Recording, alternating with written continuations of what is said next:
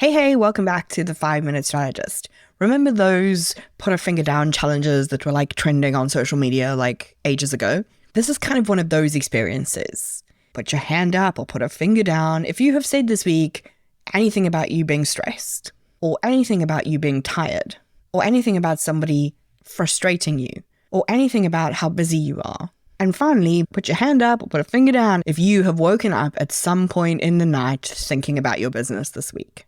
The mental toll that running a business takes on us is no joke.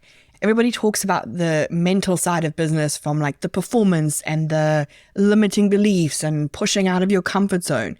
But not many people talk about the mental toll that it takes on you to run a business, the constant thinking about every single moving part and all the people whose jobs you hold in your hand. And then there are the unique challenges that come with working remotely. Yes, we get increased flexibility. Yes, our commute is from our bed to our desk. Some days it's just to the sofa. Some days we just stay in bed, right? But there are also some really unique challenges that impact our mental health. Without the structure that a physical office and regular working hours gives us, it can be really hard to feel like we're productive or doing the right things or delivering on time. Like, we have to motivate ourselves in a way that's really different from people in a traditional in the office kind of job. And working at home for us and our team, it can be much harder to switch off because your computer is just sitting there looking at you. Like, what if we just check Slack one more time before we go to bed? I did that last week. It was an absolute disaster. I checked it and like 4 hours later, my brain was still whirring with the thing that I'd read that I needed to deal with the next day.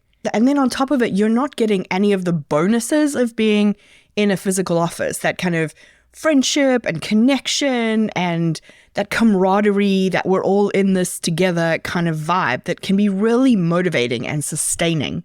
But the challenges that we face that can affect our mental health can also affect the mental health of our team. Our team might be feeling isolated. They might be struggling with work-life balance. They might be feeling stressed by a misunderstanding that happened in an email communication or a Slack communication. So when we talk about mental health, we're not just talking about how do we make everything less stressful for everyone, but also how do we create that environment that feels supportive. And when you're in a small business, the stakes of getting this right are really high. When your team are happy and healthy at work, there is tons of research to show that they're more engaged, they're more creative, they're more committed, they're better at problem solving, they're better at collaborating with each other, even with the physical distance.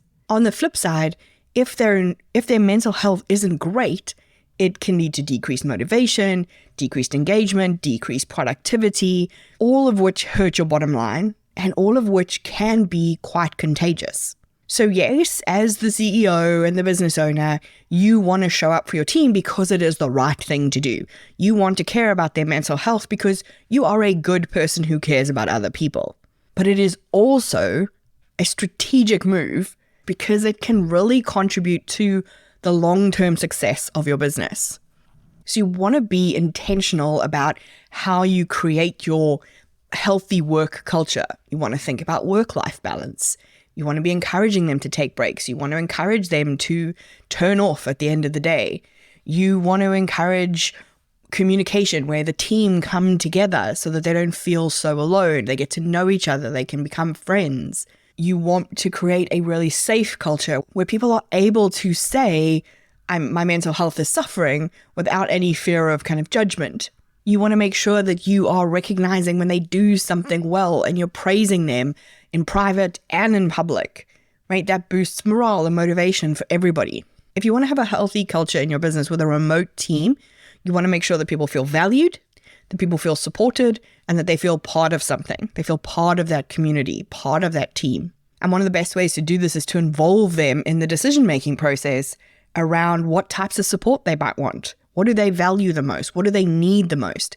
This helps you to figure out what you want to do that's actually relevant and effective, but also shows them that this is a priority for you. And then you, as a leader, have to think about how you conduct yourself in terms of your health and wellness, right? So if you've got all those fingers down from the beginning, if you've said all of those things this week, you have to remember that you need to lead by example. You need to prioritize your own mental health so that everybody else gets the message that it's okay for them to prioritize theirs. Remember, when it comes to culture, people will hear what you say, but they will listen to what you do. What we're trying to do is create that environment where mental health is considered a critical component of success.